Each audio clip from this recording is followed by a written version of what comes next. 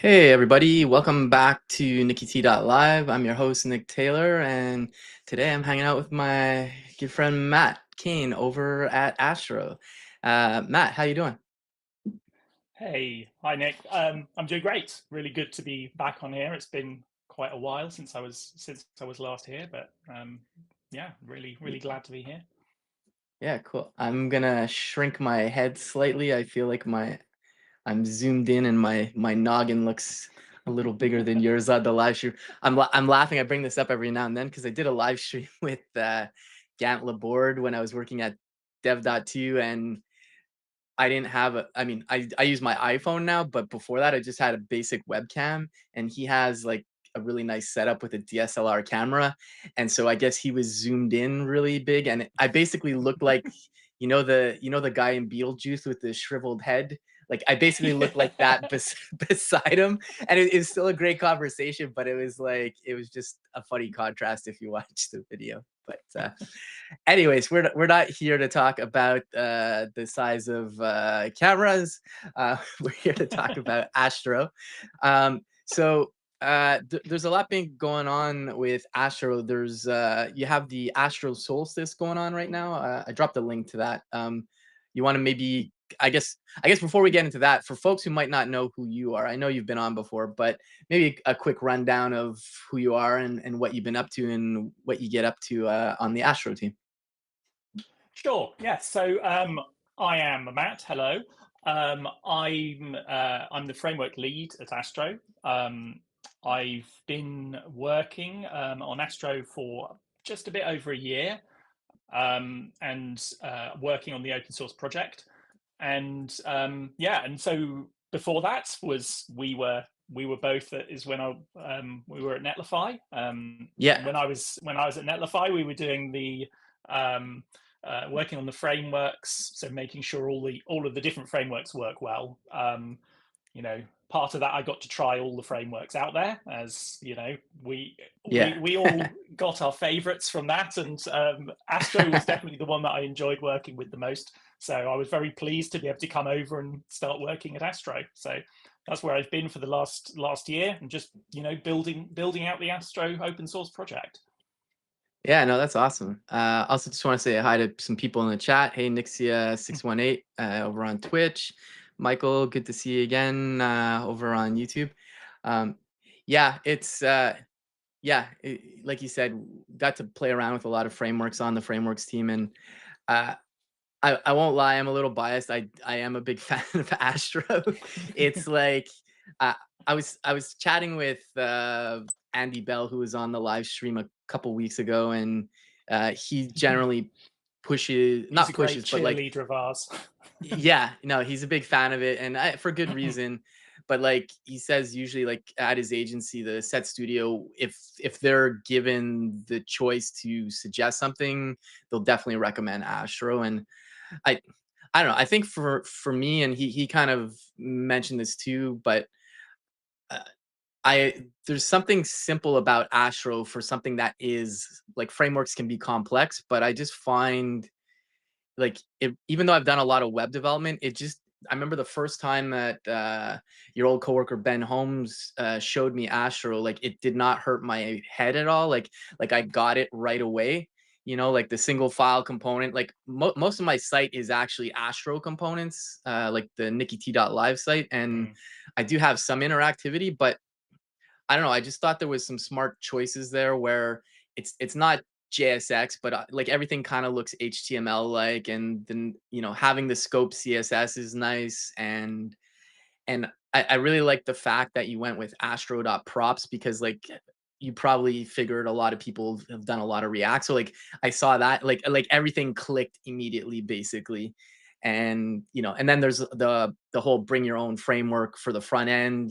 There's just a lot of niceties about it, and it's I don't know. I feel like and it leverages web platform primitives. And this is not to knock any other framework. People make trade-offs, in terms of abstracting stuff, but I feel like there's a good there's a good layer of abstraction in Astro, and it's not really that heavy. and so like you can still access, like request headers easily, stuff like that. So there's just a lot of things about it that I like, and also maybe it's because I'm older too. Like just it's kind of a throwback to like back in the day to some I degree. was I So was going to say that we're both on the wrong side of 40, and we we remember the olden days, back when it was all HTML files. I mean, but yeah, to be serious, I think the thing that I like most about Astro and have since I first used it is how approachable and simple it is. yeah, The first time I opened up an Astro file, I thought this just looks like HTML. It's HTML with a yeah, bit of TypeScript up at the top. It's very approachable. It's something that's very easy to get into, and it's pretty hmm, forgiving. The docs are fantastic, and because we've got a whole team that like working on docs, like loads of people working on docs, yeah, including several people who are working full time on again making sure that the docs are fantastic. And it's just generally something that's very easy to get started in, and yeah, it kind of gives you a good result by default. A lot of the yeah, frameworks, it's like you can get a really good results with a lot of frameworks, but I think that Astro is more than most good yeah, at like not is getting out of your way and letting it start out with the best results. So the way that it yeah, has no JavaScript to start with, it means you don't immediately start by loading up this whole bundle and hydrating everything and all that kind of stuff. It's just like, if you don't need anything more, you've just got some yeah, HTML, and like so many sites, that's all they need, yeah, and it's literally no JavaScript. Like it's not just like you're not using JavaScript. There's literally none served, which is nice. I, I just saw Sarah in the chat and Hideo from Astro. So this is when I'm saying that we've got this great team of Yeah. docs people. They're hiding around in the chat there. So we've got oh, I see Alex as well. Alex Moon. I remember he's an old friend there from my long ago careers there. He was a Gatsby, and so Oh, okay, okay. that was where I was before Netlify. So Yeah. That's it's cool, cool. Yeah. um, It it's a funny side note, but I still get Gatsby notifications because I think I'm still in the Gatsby org from Netlify. So every now and then I get there was one point where they were cleaning up stuff. Our old coworker Sarah was cleaning up stuff, and I think I got like 100 notifications about Gatsby stuff, and then I just sent her a DM like, "Oh, do you mind just taking me off?" So also just want to say hi also to you. I see Sebastian's joining us over on LinkedIn, and hey Jeff, good to see you. Cool. So yeah, like I was telling you before the stream, sometimes people say hello on LinkedIn, sometimes they don't, but looks like we got some people saying hi on LinkedIn today. well, I should open Um, another tab with my LinkedIn then. cool. Yeah, I also dropped some links where people can give you a follow if they want to. And yeah, we kind of went on some side tangents there, which is always good. But yeah, so this week it's the I'll drop it again, but it's the Astro Solstice this week. So you had a you had a release last week, I think, and so there's been a few things that have already been talked about. I don't know if you want to cover those briefly, and then we can kind of jump into what we're going to talk about today. Yeah, so this our solstice thing is this kind of we decided to not do a launch week this time. We decided that instead we're going to have a celebration of all the Astro stuff, because we've had a lot of stuff released recently. So we thought, well, let's not try and do everything just from one release. Let's have a week where we're celebrating all sorts of stuff related to Astro, and not Yeah, just feature releases as well. So we've kind of gone with the sort of festival vibe. I'm literally today, I'm yeah, having helicopters are flying over me at the moment, which are the ones shuttling people from London to Glastonbury Festival. okay, I happen to be in the flight path for that, so okay, this is the sort of festival vibe that I'm in here. So we're having a kind of festival vibe to celebrate the Astro summer, all this, and Astro is a framework all of peace and love as well. So we've all got Yeah, it getting on the right vibes. So yeah, so we've just kind of cool. having these days which are themed, where we're doing a lot of these sort of live events, like Yeah. coming, a great excuse to come on your stream. But like on Monday we launched our Whoops. new store with loads of swag, including these great excuse to have very summery themed swag with like tie dyes and bucket hats, and properly get in the mood. I have to try those ones out. Actually, they're quite Okay. legendary. But this is the new swag store, which is, I'm in awe of Chris, who did most of the work on both building the store from scratch and designing all of the products on there. So I do recommend going and buying some swag. I don't know, I wasn't expecting to be here pitching to buy swag, but it's just generally just extremely cool swag. So Yeah, I'm so gonna find that link. yeah, Where yeah, is it's it? shop.astro.build. Oh, okay. And yeah, so yeah, and so on Tuesday we did celebrating like learning Astro, because there's so many good courses out there, and people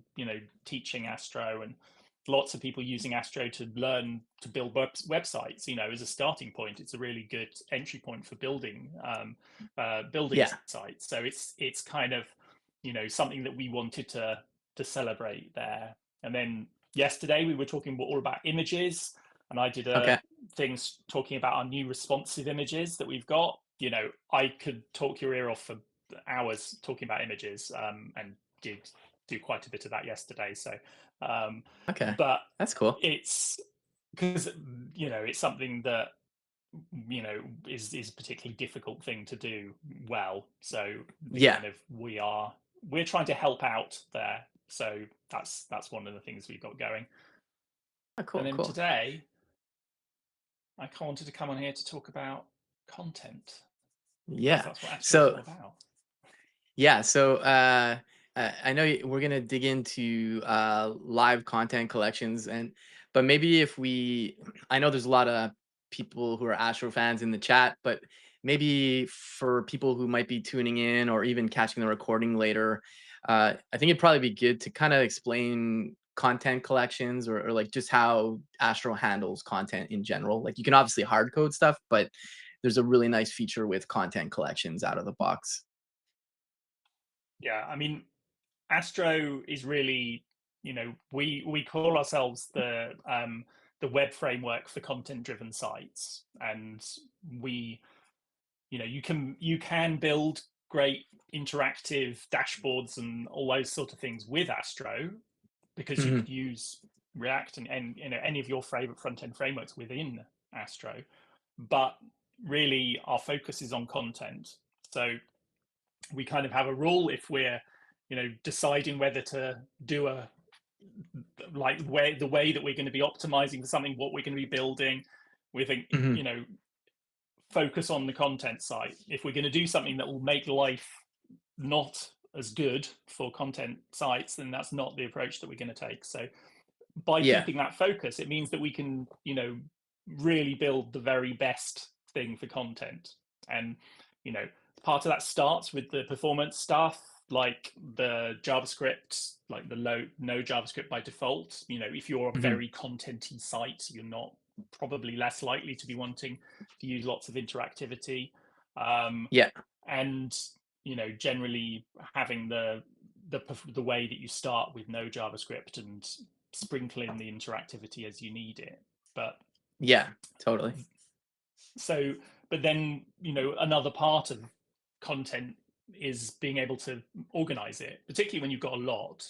And Yeah. it's kind of, you can start from the really simple one. If you've got a starting point with just a few pages, you can just drop a markdown file into your site and it will just work as a page. And Yeah.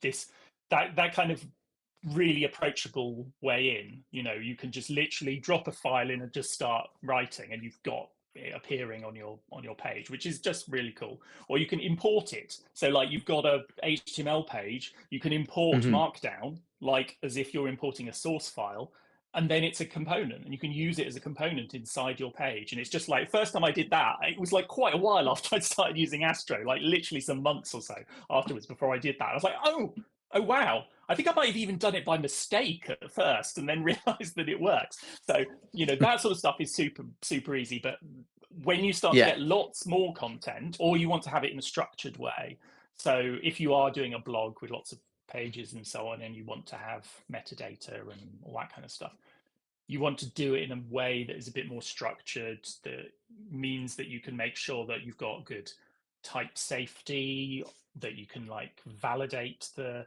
content on there, and just make sure that you can use it easily everywhere. Yeah.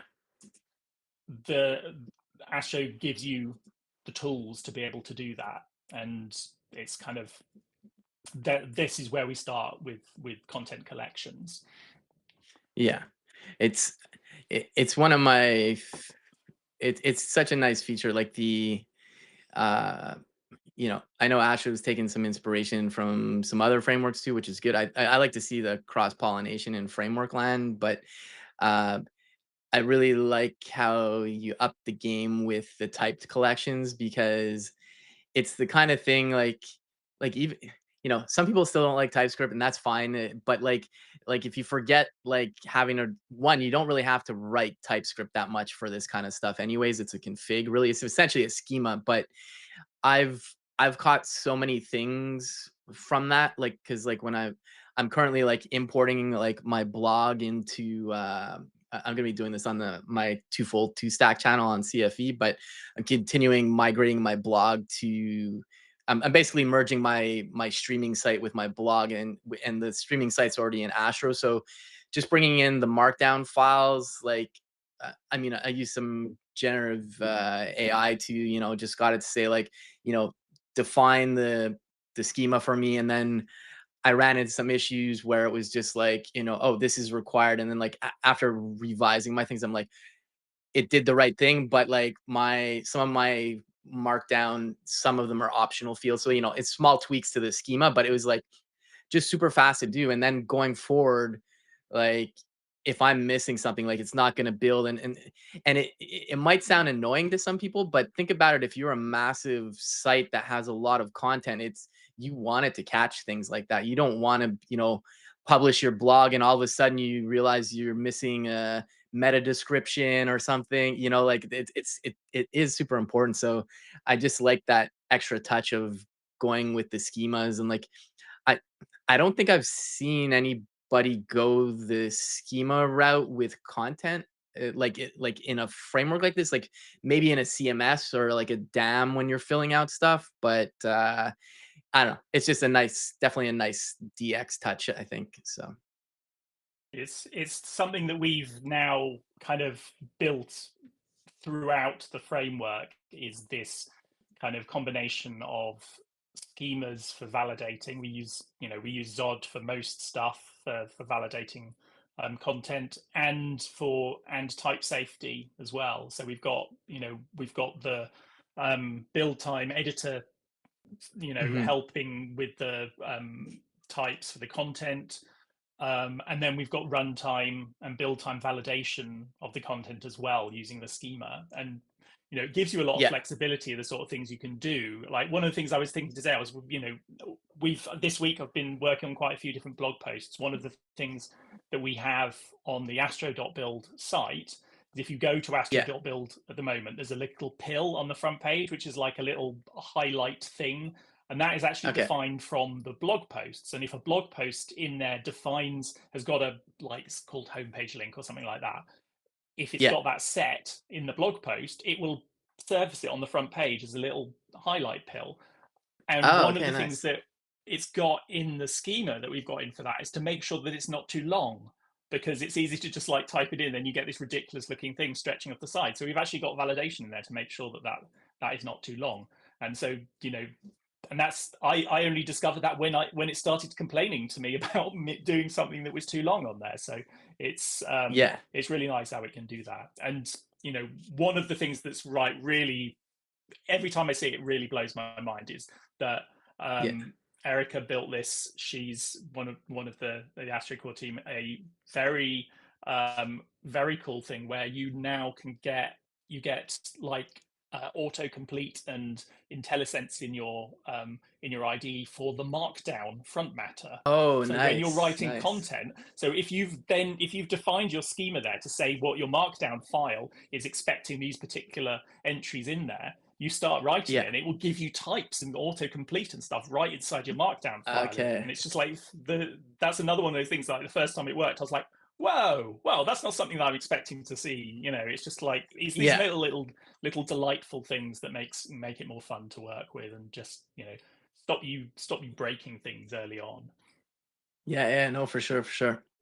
Also, I see my current coworker Sterling's in the chat, but we both worked with Sterling at Netlify, so he hasn't seen us together in a while. So thanks for joining, Sterling. Yeah, we Um, got all the gang back together here. yeah, yeah, exactly, exactly. It's like the Thunderbolts or something. Um, anyways, okay, so that's a good explainer of content collections, and I guess I'm kind of curious, what do you mean when you say live content collections now? I can kind of have an idea in my head, but I definitely love to hear what this new feature Hmm. is.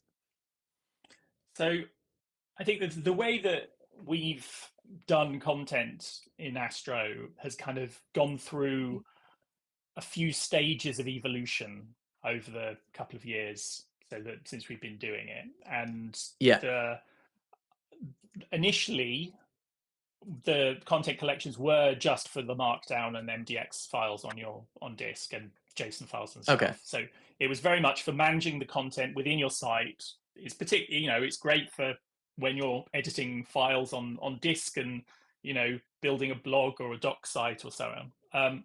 Hmm. But that you ask, it is limited to a very those particular things. And a lot of people had been saying, look, we love content collections, we love the developer experience you get from them, we love the way Yeah. that it just helps you organize everything, but we want to use it for more than our Markdown. And of course, being very resourceful users that Astro y- users all are, the people doing Yeah. all kinds of ridiculous hacks, like having scripts that download from an API and write Markdown files out to the disk, that the sort of things that I Okay. would look at and go, well, what are you doing? And then, but also at the same time go, and I probably would do the same thing because I know why you're doing it. So That's what I we, do now. yeah, well, there we go. So many people did it because it's just really compelling to be able to Yeah. use this content in that way. It's just like once you've used it for for Markdown files or whatever, you just want to be able to use it for everything else because it's just so easy. You just Yeah. literally can call get entry or get collection, and your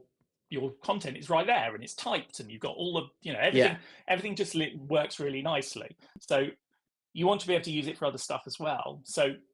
when in Astro 5, which came out in November, something like, yeah, I think November last year or December, Yeah. we introduced a new like the next level of content collections, which Okay. was the content layer API, was what we called it at the time, but it's just content collections now. But what that does is it adds on this concept of a loader, which Okay. means that you can load your content from anywhere. You know, it's we still have a loader for loading your files from disk, and it that Yeah. works pretty much the same as it did for before. Gives you a bit more flexibility, and you don't have to put your files in one particular folder, for example, or you can choose Hmm. the filter which ones you're getting a lot more easily, and you can do it's easier to do stuff like writing custom like for different Okay. file types and so on. But we also let people write their own loaders, and Yeah. people did. And it's they will basically any sort of thing that you can think of for ways of things that you can load and that you might want to Hmm. put on your website, you can have collections for them. And we've got there's loads of them that are out there, and whether that's like sensible things or not so sensible things, but a lot of things like loading stuff from CMS is a very obvious one. I Yeah, yeah. made one for loading from Airtable, and those sort of things that they work in a very similar way. So you build your site, Mhm. and while your site is being built, instead of loading your content from markdown files on your disk, it goes Yeah. out and hits your APIs or Okay. whatever you want to do inside this function, and loads it, and then you can use it in your site, and then you use it in the same Okay. way, and you can use it alongside markdown files if you want. You can have a collection that Okay. is Yeah. markdown, and you can have a collection that is WordPress or whatever, and it works in the same way. So this really expanded things out and made things, able to be used for a lot more stuff. Okay. Yeah. Yeah, no, that's super cool, and this probably opens up a ecosystem of headless CMSs. Just like I don't know if any of the headless CMSs have created loaders yet, or is it if it's the team, but like it's just a great way to get adoption of your product too. Like and it it's just really nice because like I know like I'm probably in the minority, but like because I worked at Dev 2, I still use Dev 2 as like a headless CMS for me. So I Yeah. just blog there and then I use the API and I pull it in. I have a GitHub action that runs at night. But essentially, all that work I'm doing right now, I can basically create a live content collection and just do my get entry and etc. And then I should be good. Oh, I see my content moderator is saying Let me send it to you, okay. and then you can post it yourself. Cool. Yeah, no, I have this is like nothing to do with what we're talking about, but I saw people using Nightbot, which is this moderation bot for Twitch. And Fuzzy, who used to be on your team a few years ago, he uses emojis excessively. So I had to basically make a rule for him that he was allowed to do that because he wasn't doing anything malicious. But it's like it seems like it's not bad the moderation bot, but sometimes it just like I'm just like I kind of wonder if it's more friction than actually helpful. But cool. I'm gonna drop that link to the loaders. I'm just gonna drop it over on YouTube as well.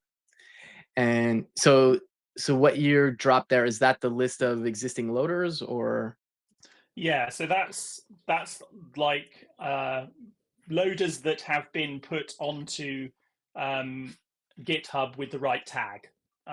So okay, uh, the people can list an integration, and if they tag it with as Astro loader, then it will show up on there.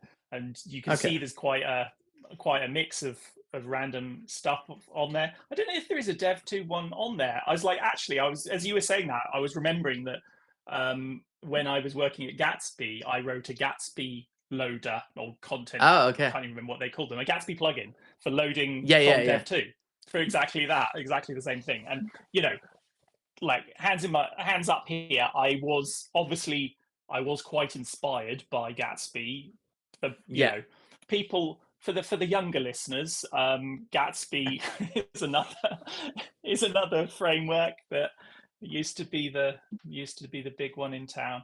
But it was yeah, also quite content focused, and their great thing they had was these plugins that you could have for loading content, and yeah, that is something that is a really nice thing that they were able to do. So but yeah, yeah, so I, there's quite a lot of these integrations out there now. So and these are yeah, they you can make them pretty complex, or you can write hmm them, you can do very simple ones. And yeah, I mean, as you're saying, there are CMSs out there. I know that Storyblock was there at launch, okay, had loaders. There's actually a couple of strappy ones. I know now there was one that was done by Paul on a DevRel, like he did a sort okay, of experimental one early on, but now one of another strappy developer has released like a proper loader recently, and a whole okay, collection of stuff on there. And there's a few others that have got loaders built in there. So yeah. that's definitely a useful thing in there as well. So that's Yeah. that's kind of one of the big use cases that we've seen for with these.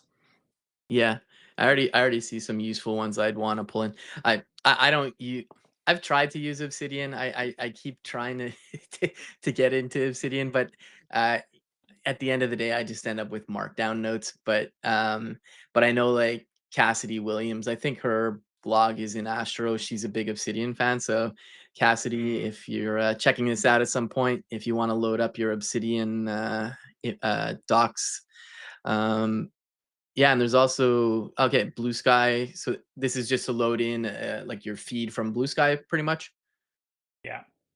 Okay, yeah, yeah. No, there's yeah, and like you said, if anybody's interested in submitting an integration, uh, there's a submit button here. But do you typically prefer people open up an issue first, or is that flow if I click on this? So the flow is actually that you publish it on npm with the right tags. So Okay, that's all that you actually need to do.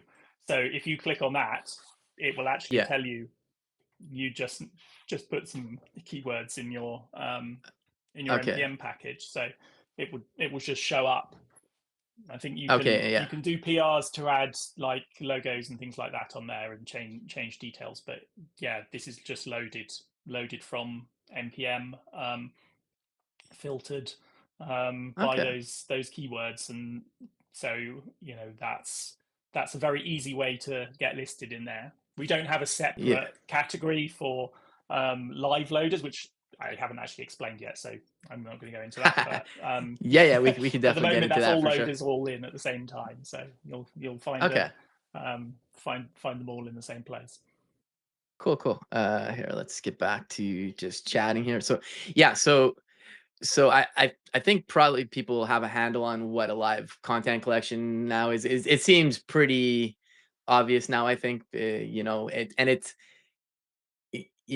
something. Well, I guess there's a few things here. It's nice that like this kind of came out of a community demand, but the fact, because like I know you worked on the content collections and you had it's a nice API to just build your own loader, and people just went to the next level to make it, I guess, async and being able to just pull whenever. And I mean, we'll Well, dive into that now, I guess. Or yeah, so I mean the limitation has been there. So those things that I've described to you are yeah, they're the second level of content collections where we opened up loaders to be able to be built custom ones, but they still run at build time. So, okay, if you are wanting to update your data, you need to rebuild your site. Now, for a lot of things, that's absolutely fine. You've yeah, got like I will have my sites when I'm using a CMS. I just have the webhook linked up to Netlify, and it rebuilds the site when yeah, I publish a new page or edit it. Then and generally that's pretty simple to do, and is a good thing to do anyway. For um, reasons for uploading things and changing other stuff. But yeah, there are some things that you don't want to be rebuilding all the time for. It could be hmm, just something that is changing a lot. You've got loads of people editing something. There are news sites with tons of people editing throughout the day, and you don't want to be having to do a big build. Or you've got a massive site that takes 10 minutes to rebuild, or 20 minutes, or longer. yeah, But the other being, or if it's literally real-time data, or if it's personalized data, so it's data that, say, in order to load it, uses something like a user's session cookie, or some okay, login data, or some custom thing like that, or that needs to do complex queries for hitting an API that's not just get me a collection of this. It might be filtering by particular rules that are a bit more complex. yeah, okay, These have been, this was always a thing that we decided that first version would be out of scope, because yeah, the build time collections are super useful for a lot of people, and they were a good starting point. But we wanted wanted to look at the way that people were using them Hmm. and see what people were missing, what they wanted, and see, have a proper chance to think about what we would do for the next thing. And Yeah. a lot of the feedback that we got was from CMS vendors. So obviously there are a lot of CMS vendors that have created plugins, but there is also a lot of CMS vendors were saying we want to be able to update these things in real time. And Yeah. that's not just for things that are being edited a lot, but there's also things like for doing preview mode and things like that. Okay. Yeah. So for people doing live editing and those kind of things, and that we've got ways around that. You can run these in dev, and you can live update in dev and so on, and that's great. But Yeah. lots of people were saying, we've got this whole stack of use cases that we want to try, and Hmm. that we're really desperate to be able to implement these, but we can't do it at the moment with what you've got. Yeah. And from that, and this is something we always knew. This was not something that's like, oh my god, what, people want to update their content more often. This was a Yeah. deliberate thing that we said was out of scope for this point, but at the same time it was something that we always knew that people were going to ask about. Yeah. And For sure.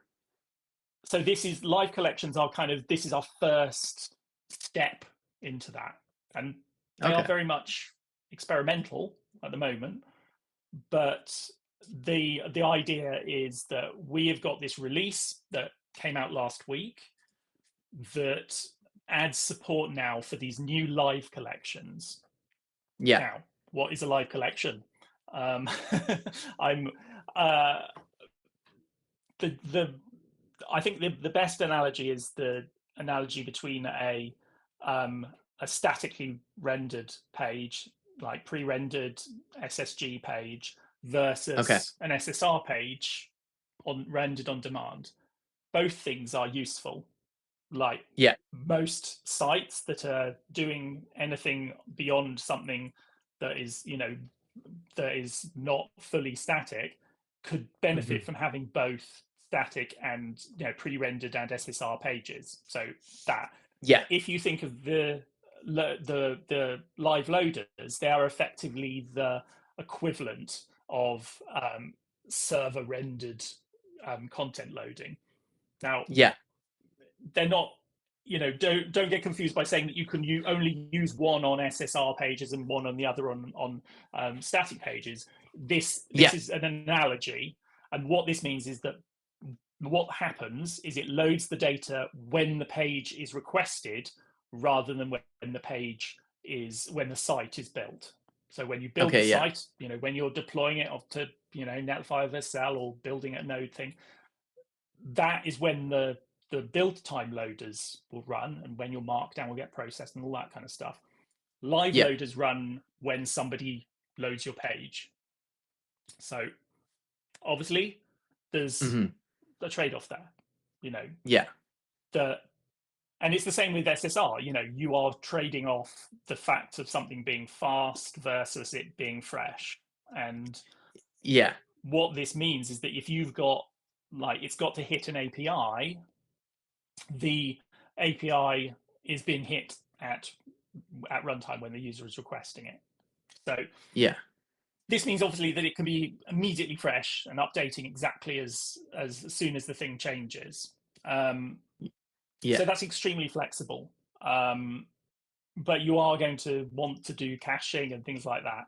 And it's not something that Yeah.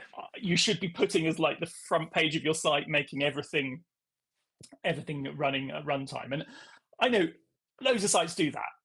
Most Yeah. other frameworks, that's the kind of the default. And obviously they've got all their caching, and Next.js has got all of its ISR and things like that. But Yeah. at Astro, we have always allowed, you're always been able to call APIs inside an Astro page. Astro pages can just do async stuff like that because it's all done on the server anyway. So you're able to call APIs. But the difference here is that this is working like a content collection, and it's doing in the same way that you can call get entry and get collection, and instead of loading a collection of blog posts from on markdown files on your disk, it will be loading a collection of blog posts from Sanity or whatever. Okay. Or it will be loading Blue Sky posts or whatever. And this gives you the ability to have data that needs to be really, really fresh. But you're querying it in a very similar way. So you don't call get collection, you call get live collection, and you don't call get entry, you call get live entry. So the interface is very similar. It works in a way that is should be very familiar for anyone who has used collections with Astro at all. That is going to be most people who've built an Astro site. And obviously at the moment it's all experimental. There aren't loads of loaders that you can use out of the box. This is a problem for this, because when we were first launching the new collections last time, we were able to provide like out of the box ones for loading files from disk and so on. They're like, so people can immediately jump in and try it. We haven't done that for this because we've got there's no live ones out there. So it's something where if you want to try it, you are going to have to you're going to like build a loader in some form, or you can use one of the loaders that I've built. So I thought let's see how easy it is to get one of these things done. And when I was doing the content collections last year, I built a handful of loaders that I built a handful of loaders for a few different things just to try it out and to give good examples of things for people to use. So I'm gonna just answer Alex's question there in the chat. He says, if I use a live collection on a static page, when and where is that data loaded? If it's on a static page, it is loaded at build time, because that's the only time that page is rendered. So the difference is that the loading happens when the page is rendered. So using live loaders with a static page doesn't make much sense. So at the moment, we still let you do that and may continue to, but I think it's a bit confusing because it doesn't make a huge amount of sense doing the live loading thing for a static page, because it's just an inefficient way of doing the loading. But Gabe is asking, how do live content collections differ from enabling SSR on a page? Now, if you are doing SSR on a page, at the moment, it's still going, if you're using a content collection, it's still using the version of the content collection that was run at build time. So it's like a snapshot that you've done at build time. So, but obviously, if you think if you're using it for loading files from disk and so on, those files won't have changed. That they're stored there. So this one here is the way of doing that for an SSR page that is going to hit the API at runtime. So you can, in an SSR page now, you can like load in an SDK for Sanity or whatever and do queries against Sanity from inside your page front matter, and you can still do that. Lots of people do. Many people do. I do it. The idea here is that this is a way of giving you the same sort of simpler interface and the good developer experience that you get with content collections, but with the same sort of live loading behavior that you get now from using an API in an SSR page. Does that? I mean, I think that it's clear that we're going to need to do some good clarification of the way that these things work. Yeah, Yes, I so see Sarah Sarah. points out that we have this problem of having to go back and kind of do a retroactively name not live collections. The calling them dead collections was not Yeah, I was gonna, not yeah, on I was on the gonna say cards don't there, call them but dead collections, yeah, or or undead call them collections. the Dead Sea Scrolls, maybe. I don't know. Yeah, and a regular is not very helpful because it's like, well, what as soon as the live ones are out, then you know who decides which one is regular. I Yeah, think from Netlify you might remember from when we launched edge functions, there was like, what do we call the not edge functions then at that point? I don't think we yeah. ever really answered that one. So this is the same sort of thing.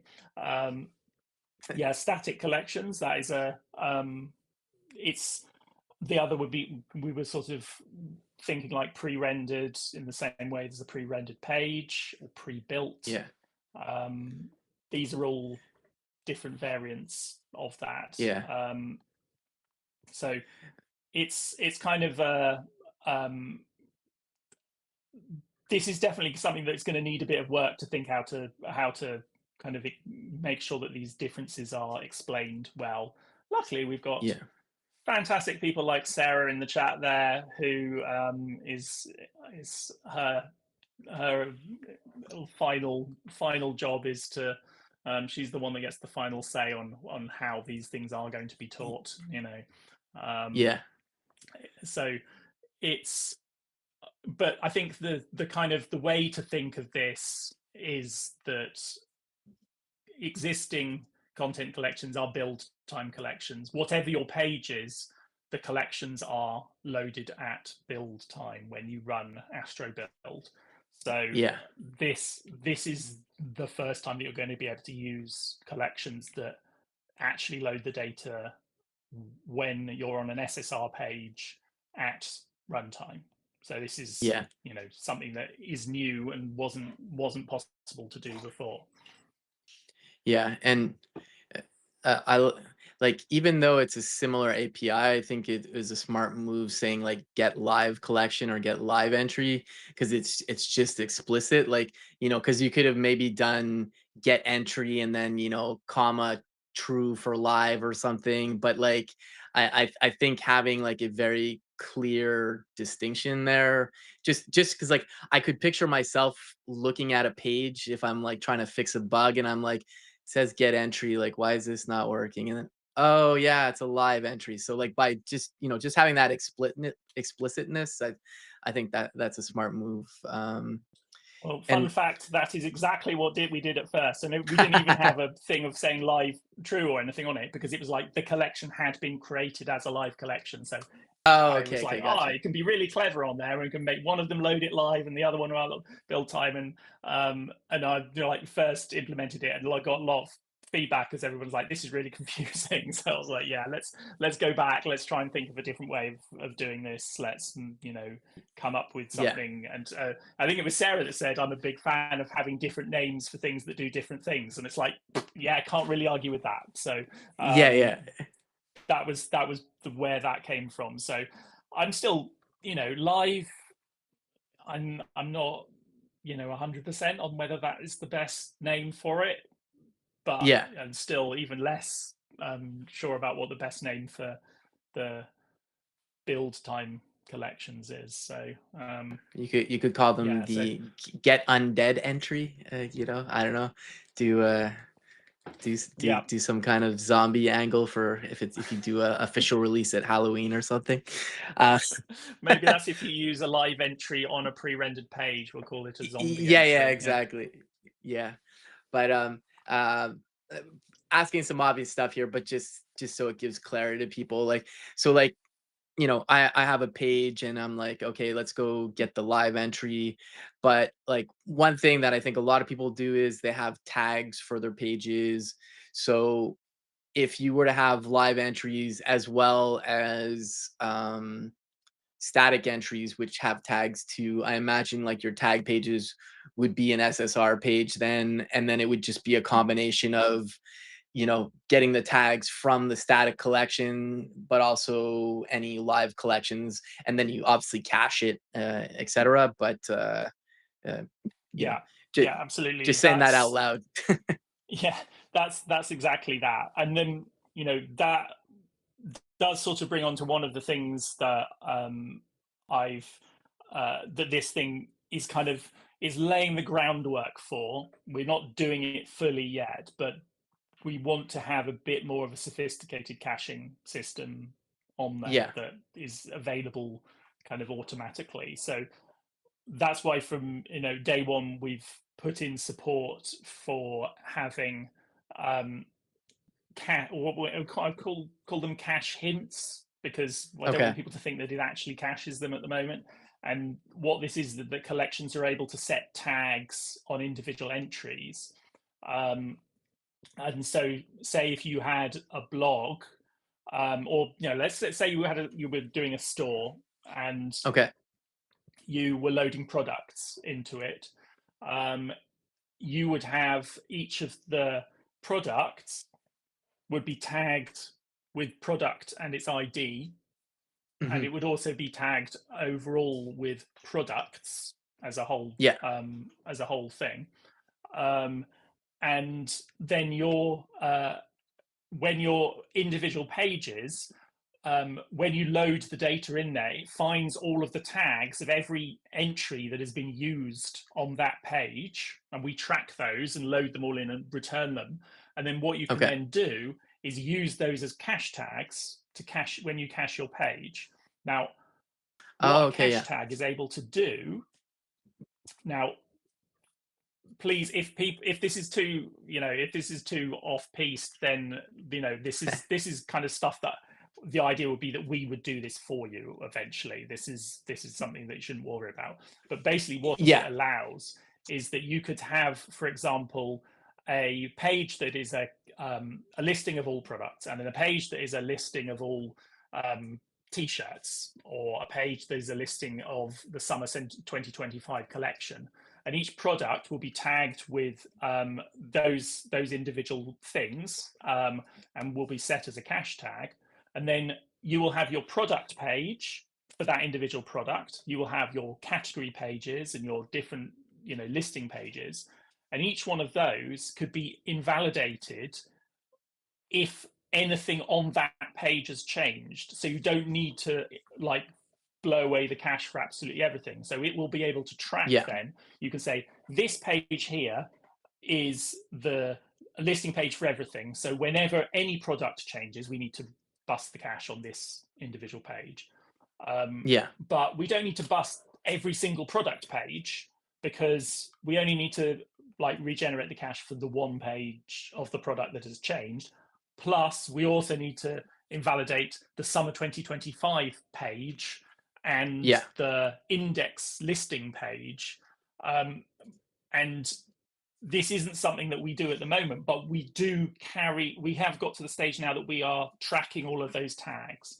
So we are able to say, this page is using these particular items, and you can use those to set your own cache headers if you are Okay. handling your own caching on there. So I've got some of the stuff in um, so exactly the Netlify is a very good example, and you can do similar stuff on Cloudflare, and you can do it on Fastly as well. They call it surrogate tags there, Yeah. and it's a kind of just a way of being able to invalidate cached pages a bit more carefully. And this is starting to get into pretty deep CDN caching law, and caching is obviously it's Yeah. famously one of the two hard problems in computer science, isn't it? It's Yeah. hash Totally. invalidation, naming things, and off by one errors. So it's something that is difficult. So I'm not expecting people to understand this. I'm expecting this to be something that we can solve for people, Yeah. and then we're not trying to do it Yeah. now. So we're taking it Yeah. step by step to try and work it out and lay the groundwork for this kind of thing.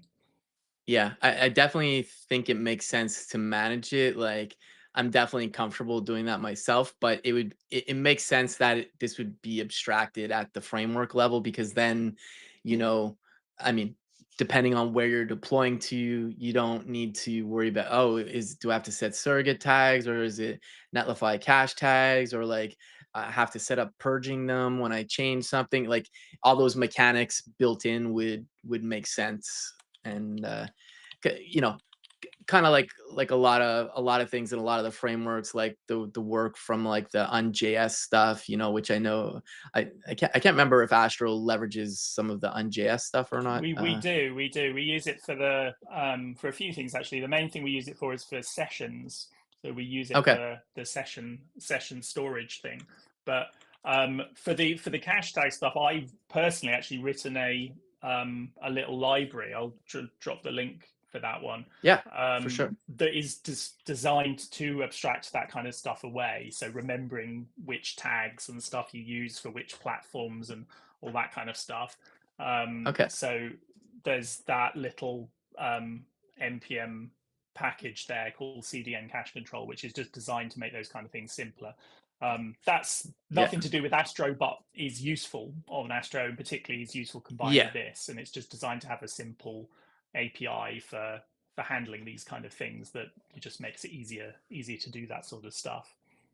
Yeah, no, for sure, for sure. And yeah, the cache tags make so much sense in terms of like anybody that's doing any kind of content management. So like like imagine you have a sale going on, the sale's over or whatever, you need to purge it or update you need to purge it because the sales price has changed or whatever, so it's definitely a super handy feature. And it's like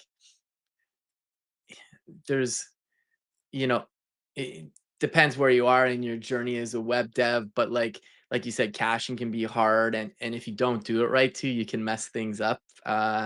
Like it's not exactly the same thing, but I remember when service workers came out, everybody just like, oh, I accidentally did something and my site is like this forever now, and then I just remember Gatsby was terrible for that because it enabled that sort of thing out from by default, and it was absolutely okay, what you say there. Because of some of the ways that service workers work, if you mess that up, yeah, it's like it is literally there's no way of getting rid of it. So there's like yeah, all these zombie sites out there with like old service workers still running on them from sites that died many years ago. And in the end, yeah, Gatsby removed most of the service worker stuff just because it caused so many problems. And it's sad because service workers are super useful, and yeah. but they are extremely massive foot guns. So Yeah, yeah.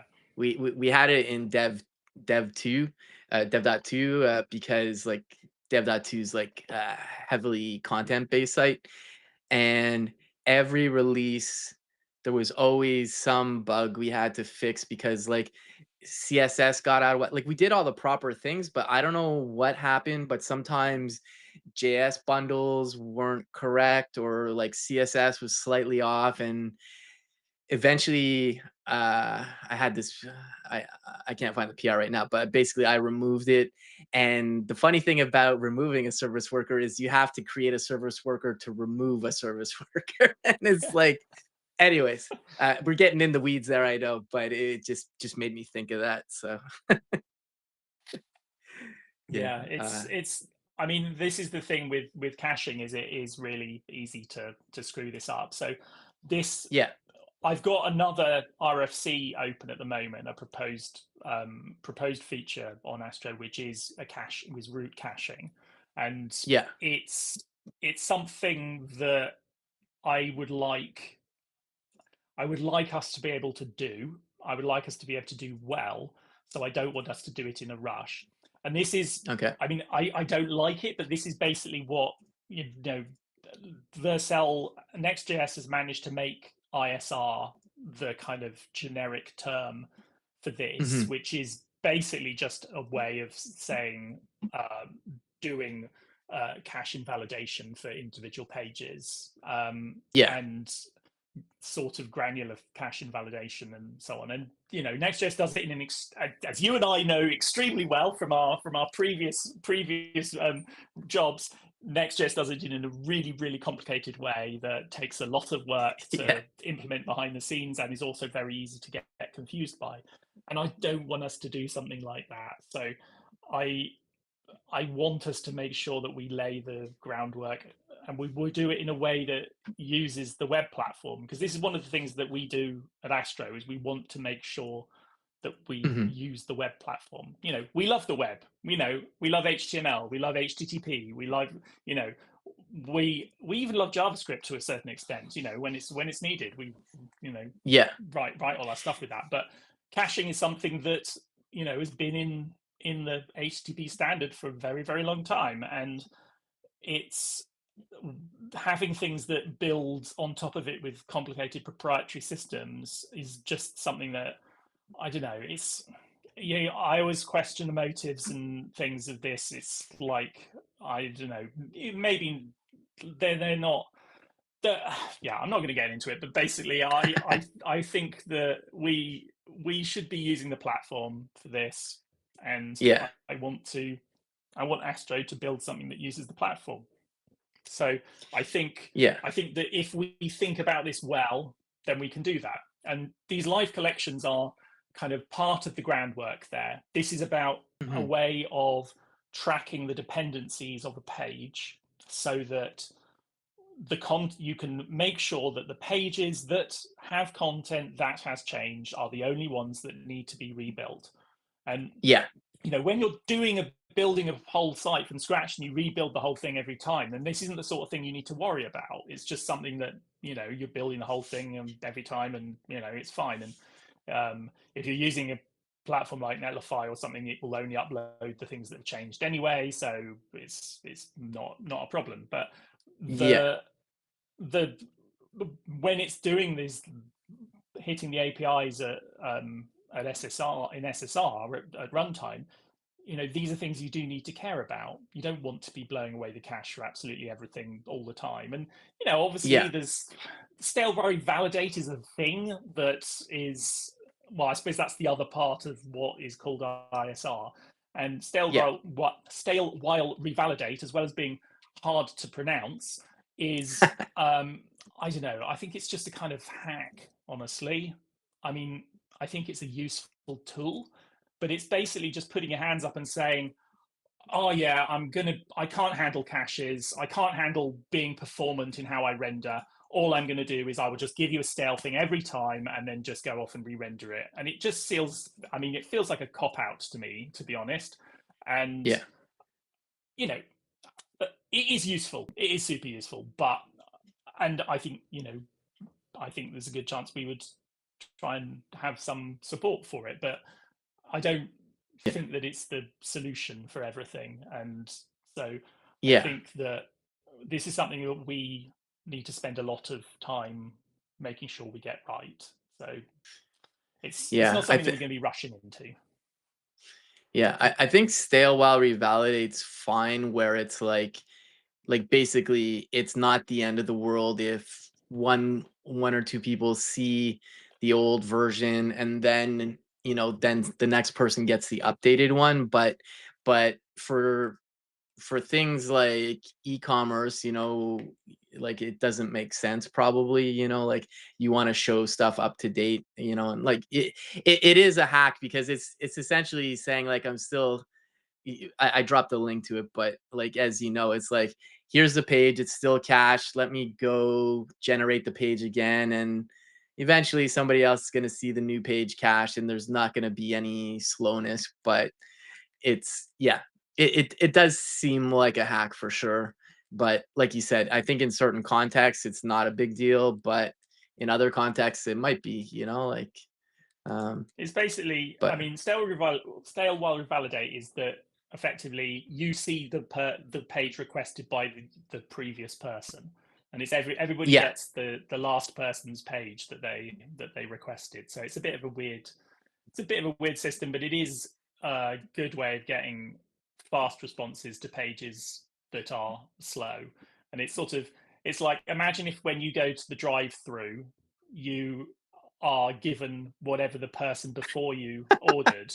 It's great because you don't have to wait at all. They don't have to make anything. You just get given it. yeah, And let's be clear. This isn't these aren't for customized pages. These are supposed to all be the same. But this it does mean that depending on when the last person loaded the page and all that kind of stuff, it is always going to Yeah. um, be the stale version of it. And I don't know. I Yeah. suppose part of me just feels it feels a bit ick. It's just like it's a cop out. You're not trying to do the caching properly. You're just going Yeah. just cache, bust the cache all the time, and you could be just busting the cache constantly and re-rendering constantly when nothing has changed. And it could go for Yeah, weeks and that's weeks true. and months with nothing changing on it, and you're re-rendering constantly over and over again every time somebody loads the page. And it's Yeah. like, wouldn't it be better to just like make the cache work, do it properly? I mean, Yeah. it's harder, but as framework authors, this is kind of our job. We're supposed to make these things, you know, hard things easy.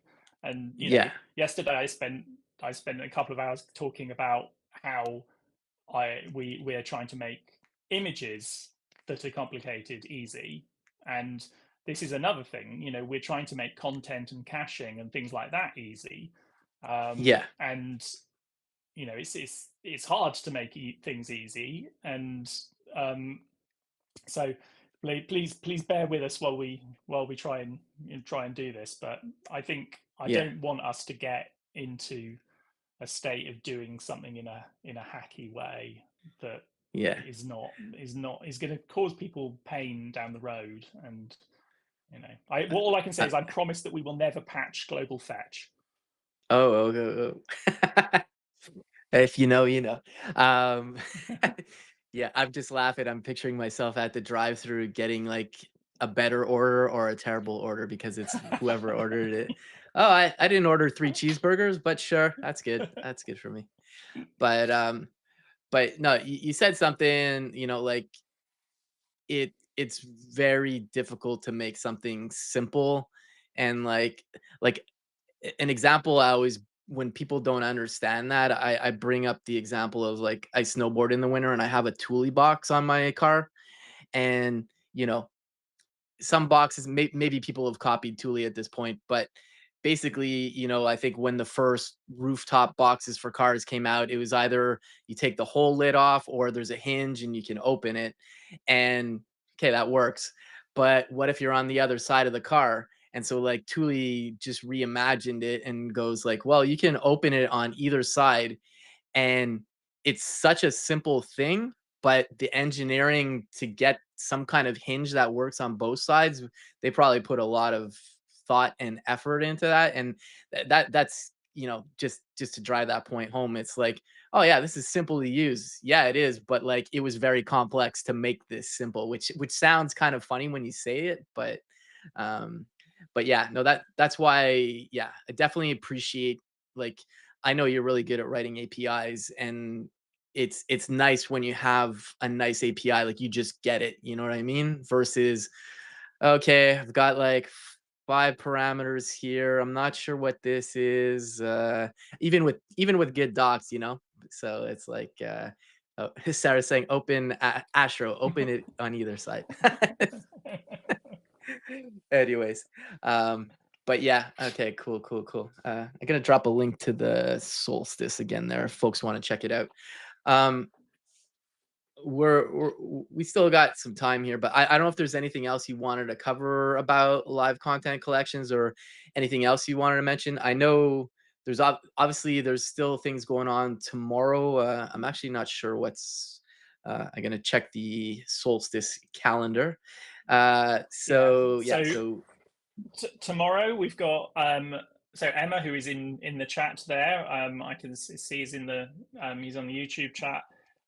He's going to be okay, talking about content security policy, which okay, something that sounds quite obscure, but is really, really useful for yeah, sites that are where security is really important. And it's a if it's one of those things that if you need it, you really need it, and yeah, it's kind of a complete blocker, and it's also something that's really annoying to get right. And so this is another yeah, great example of those kind of it's hard to make things easy. And the Emma has been working on this thing for a couple of months now, and it's effectively what a content security policy is, if anybody's not aware of it, is it's a way of setting the rules about what a page can load and what it can execute. So it's giving rules about where and what sort of scripts it's able to load, what styles, what fonts, and those sort of things. And it can do Yeah. stuff like it will have hashes of inline scripts, for example, and it's really good way at preventing lots of sorts of security vulnerabilities like cross-site scripting things in particular. And Yeah. it's a very complex thing to get right, and it's very easy to mess it up. And it is one of those things that is just a hell of a lot easier if your framework can do it all for you. So Yeah. it's been something that Emma has been working on for a while, and tomorrow he is going to be doing a stream on, I think it's going to be on Discord and on YouTube. I think we've got it linked. It's linked from the Solstice page on there. Okay. Yeah, I'll And drop that link there yeah, again. and so he's going to be taking it everyone through this about, you know, what it is and how it works and how you use Yeah. it. And the idea there is that it's kind of just to um, make it so that you can really lock down your site for security if it's the sort of sort of site that needs that. And it's not Yeah. something for everybody, you know. I'm not going to enable it on my blog, you know, but if you're doing things on your site that have kind of secure things that sessions could be hijacked and things like that, it's Sorry, I'm laughing at coding in public's comment. yes, I was telling Nick off air before we started this. I was like, I really want to make sure that we've got the sound right on this one because the stream I did yesterday, as I mentioned just earlier that I did a stream yesterday talking about images, and the and that was with coding in public yesterday, and we got in a right state, and we basically missed the first 15 minutes of the stream because we couldn't get the sound working. So there was a lot of helpful people in chat getting the thing back together. But I'm happy to say that unless everybody's been lip reading really well, I think the sound's been great. Yeah, I was gonna. I know they're gonna touch on it tomorrow, CSP, but I think that's smart if you can bake that into the framework because a lot of times people get frustrated if they're trying to do it, and then they're just like, just let everything in, which is not a good security thing, obviously. Um, like I could envision the framework knowing what it needs to set for CSP based on what it's doing, but also like to your point about like uh third party stuff being pulled in, somehow be able to construct a CSP without you having to really do anything is pretty powerful if you can do that because it's definitely something I've struggled with before on certain sites. I can't think of one at the moment, but like or at work. uh this is more when I was doing .NET, but like it's just one of those annoying things. But like from a OWASP or like security standpoint, it's like you really should be doing this though, you know. So Yeah, and no, it's also I it's a like good that example approach. of one of the other principles that we have for Astro, which is about making these things work everywhere and in as many different situations as possible. And this is one of the things that Emma did a lot of work on, is to make sure that, you know, there are different ways of setting CSP rules. You can set it in HTTP headers. You can set it in Mhm. meta tags.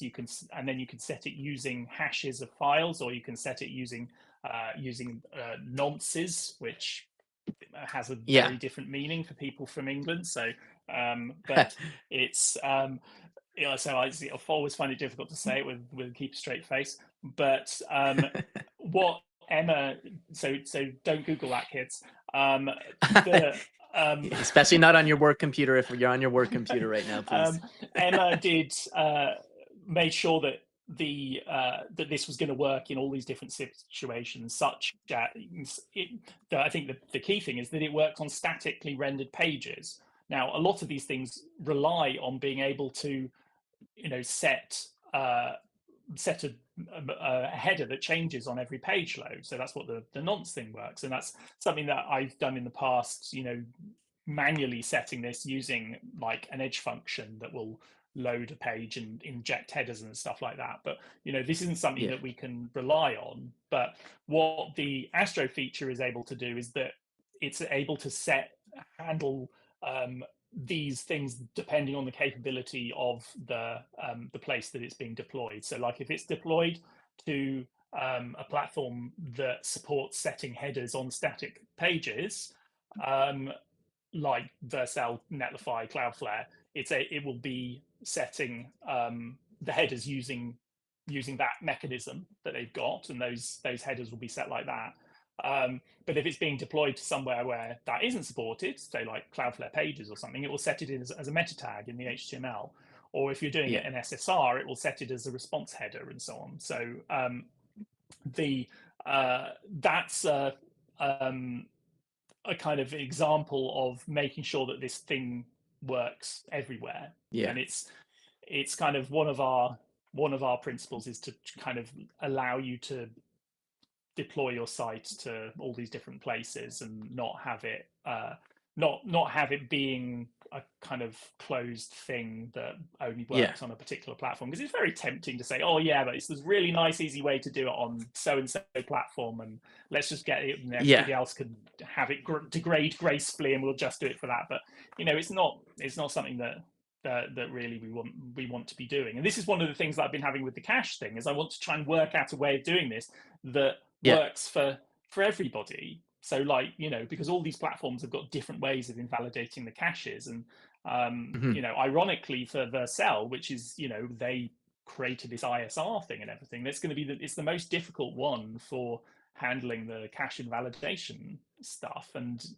they don't have access to the global cache objects and so on that is available on most other platforms. So, and you can't use an API request to invalidate cache tags, for example. So Okay. it's something that makes things, you don't want to do this sort of lowest common denominator thing, but equally Yeah. you don't want to privilege certain platforms. So I think it's kind of it's a way of trying to do things with a kind of polyfilling bits where it's needed, or just trying to work out creative ways of making these things work across different platforms in different ways, and make sure that you give a good experience to everybody wherever something is being deployed.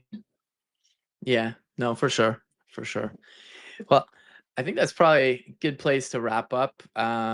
It's always great hanging, Matt. And I'm going to drop a link again to the Solstice if people want to check that out. So can go catch the live stream. I think Sarah said in the chat the live stream link isn't available yet, but I dropped the link to the Astro Discord. If you're not in there yet, just head in there, check the events there, and I'm sure that'll be updated in there. And yeah, no, I'm super excited about all the new stuff that's coming in. Uh, I'm definitely going to give the live content collections a go, because basically I have a GitHub action right now, and there's a lot of stuff like I feel like it'll just fit ergonomically better into a live content collection, to be honest. So cool, cool. Oh, thanks for the kind words over on YouTube there, Dio. Yeah, so I'll drop a link also if people want to give Matt a follow on socials or his website. And Matt, if you don't mind just staying on for 1 second. Everybody else, thanks for tuning in today. Check out the Astro Solstice schedule. And keep enjoying the music festival slash framework festival, and see everybody tomorrow with the CSP live stream. Yeah. Cool. All right. Take care, everybody.